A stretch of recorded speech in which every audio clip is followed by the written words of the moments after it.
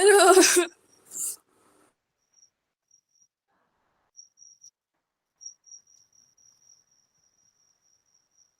Assalamualaikum warahmatullahi wabarakatuh.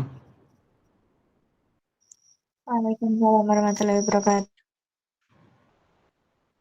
Sebelumnya, yang terhormat kepada Bu Suci selaku dosen pengampu mata kuliah keperawatan dewasa, serta teman-teman yang kami banggakan. Izinkan dari kelompok 4, kami akan mempresentasikan hasil diskusi yang berjudul ANFIS Sistem Kardiovaskular yang beranggotakan Farisa Eko Prasetyo, Fajrina Amelia, Faiza Sabrina Thalia, Ilhan Andrisya Songko, Intan Ramadhani, Karlina, dan Lia Urbasari.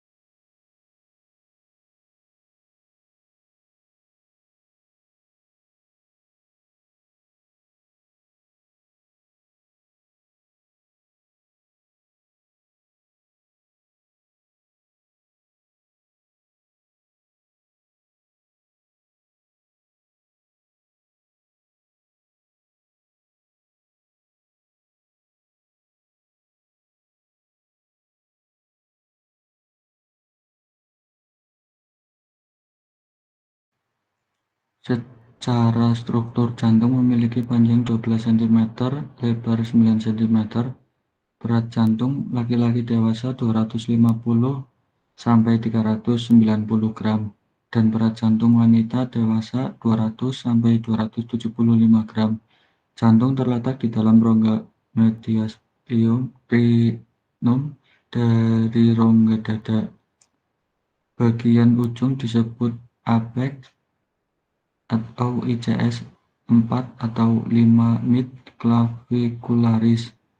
Apex terbentang ke arah depan, bawah, dan kiri. Apex memiliki kemampuan untuk bergerak terutama saat jantung berkontraksi dan relaksasi, sedangkan bagian pangkal atau dasar tidak karena terkait dengan pembuluh darah besar.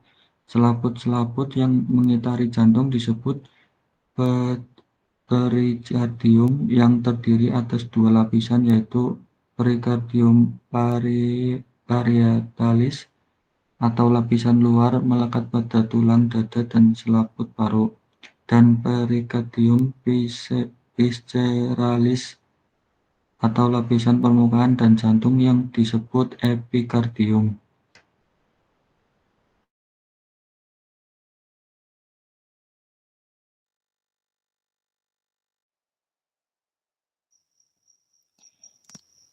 Fisiologi kardiovaskuler. Fungsi umum otot jantung. Sifat otonomi atau rhythmicity otot jantung secara potensial dapat berkontraminasi tanpa adanya rangsangan dari luar. Jantung dapat membentuk rangsangan impuls sendiri. B. Mengikuti hukum gagal atau tuntas. Bila impuls yang dilepas mencapai suatu ambang rangsang otot jantung, maka seluruh jantung akan berkontraksi maksimal. C. Tidak dapat berkontraksi tektonik. Reflektor absolut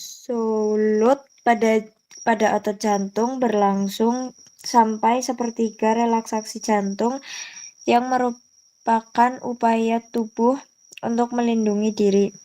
D. Kekuatan kontraksi dipengaruhi panjang awal otot. Bila seberkas otot rangka diregang kemudian dirangsang secara maksimal, otot tersebut akan berkontraksi dengan kekuatan tertentu. 2. Elektrofisiologi sel otot jantung. Aktivitas listrik jantung merupakan akibat dari perubahan permeabilitas membran sel yang memungkinkan pergerakan ion-ion melalui membran tersebut. Dengan masuknya ion-ion, maka muatan listrik sepanjang membran ini akan mengalami perubahan yang relatif. Terdapat 3 ion yang mempunyai fungsi penting dalam elektrofisiologi sel, yaitu kalium atau K, natrium atau Na, dan kalsium atau Ca. Kalium lebih banyak terdapat dalam sel, sedangkan natrium dan kalsium lebih banyak terdapat di luar sel.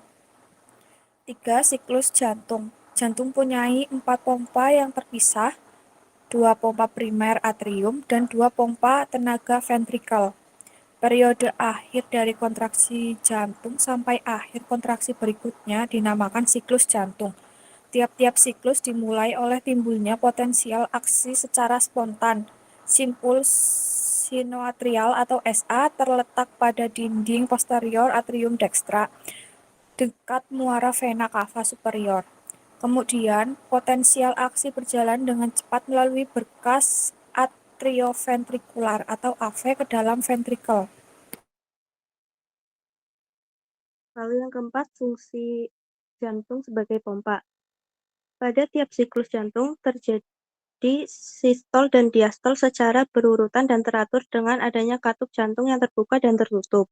Pada saat itu, jantung dapat bekerja sebagai suatu pompa. 5. Sistem konduksi pada jantung. Hambatan impuls-impuls yang memungkinkan pengaturan irama jantung. Sistem ini modifikasi dari otot jantung disertai tenaga ritmik spontan dan disertai oleh serabut saraf tertentu. Sistem konduksi jantung terdiri dari nodus sinoatrial, nodus atrioventrikular, bandel atrioventrikular, serabut penghubung terminal.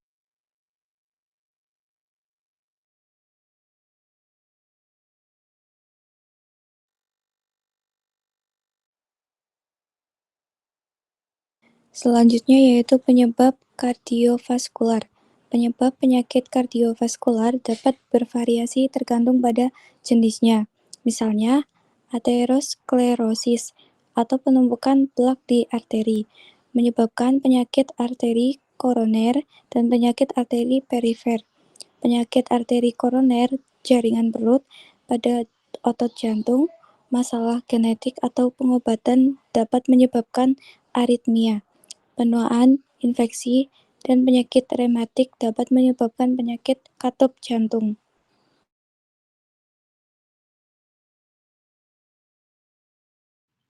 Yang terakhir yaitu kesimpulan. Kardiovaskuler terdiri dari 2 suku kata yaitu kardiak dan vaskuler. Kardiak yang berarti jantung dan vaskuler yang berarti pembuluh darah.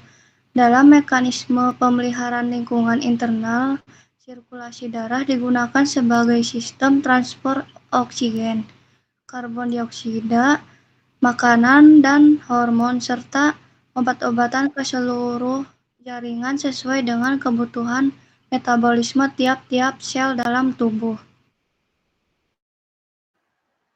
Sekian presentasi dari kelompok kami. Bila ada tutur kata yang kurang berkenan atau salah, mohon dimaafkan. Assalamualaikum warahmatullahi wabarakatuh. Waalaikumsalam warahmatullahi wabarakatuh. Waalaikumsalam warahmatullahi wabarakatuh.